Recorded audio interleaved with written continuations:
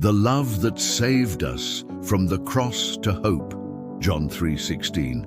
For God so loved the world that he gave his only begotten Son, that whoever believes in him should not perish but have everlasting life. Dear brothers and sisters, today I want to take you somewhere. I want you to go with me to Golgotha, the mountain of the skull. There is a cross, and hanging on it is the Son of God, the innocent, the pure, the perfect, the one who never sinned but bore all our guilt. The scene is harsh. Nails pierce the hands that healed. A crown of thorns wounds the head that always blessed. Blood runs from the face of one who never lied, never deceived, never hated. There, the sky darkens, and the world witnesses the greatest act of love in history. The love that endured the cross. Jesus was not forced to the cross. He chose the cross. He chose the pain, the shame, the humiliation, out of love for you and me. Romans 5:8 says, "But God demonstrates his own love toward us, in that while we were still sinners, Christ died for us." He didn't wait for us to be good enough. He didn't wait for us to be worthy. He came when we were still lost. And when many mocked him, he prayed, "Father, forgive them, for they know not what they do." This is the love of Christ, a love that forgives even before repentance, a love that suffers to give life, a love that conquers hatred with compassion. Salvation is unmerited. Many people believe they need to be good to deserve heaven, but the truth is, none of us are good enough. Ephesians 2:8-9 says, "For by grace you have been saved through faith, and this not from yourselves, it is the gift of God, not by works, so that no one can boast." Salvation is grace. It is a gift. It is undeserved favor. It is not earned. It is surrender. It is not merit. It is mercy. On the cross, Jesus paid the price we could never pay. He made himself guilty so that we could be exonerated.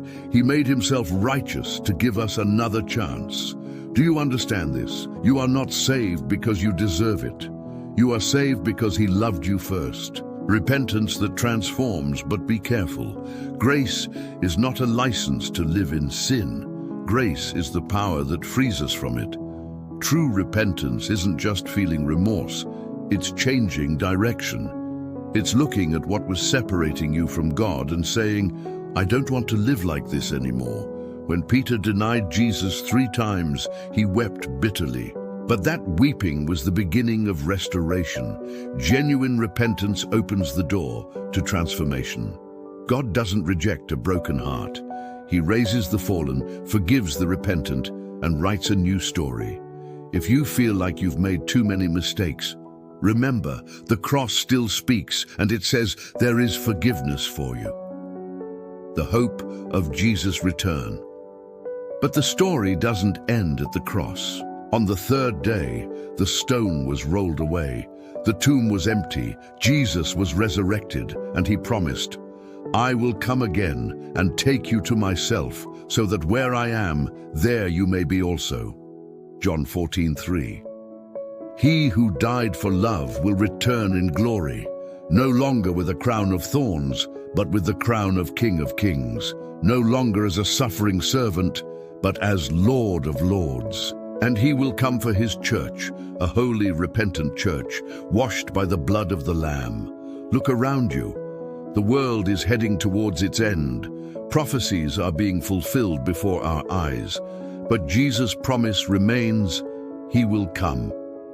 Conclusion: the cross shows us love. Grace gives us salvation. Repentance transforms us. And the hope of his return keeps us steadfast. Today, Jesus continues to knock on the doors of many hearts, and he says, "Behold, I stand at the door and knock. If anyone hears my voice and opens the door, I will come in to him and dine with him." Revelation 3:20. Open your heart, turn to him, receive grace, live in repentance, and wait in faith for the great day when the heavens will open and the Son of Man will come in the clouds with power and great glory. Final appeal. Today is the time to decide. Today is the time for reconciliation. Today is the time to turn from sin and run into the arms of the one who died for your sake. He calls you by name. And the same Jesus who was crucified, the same Jesus who rose again, he will return soon. Be ready, because the one who gave his life for us will come to seek us.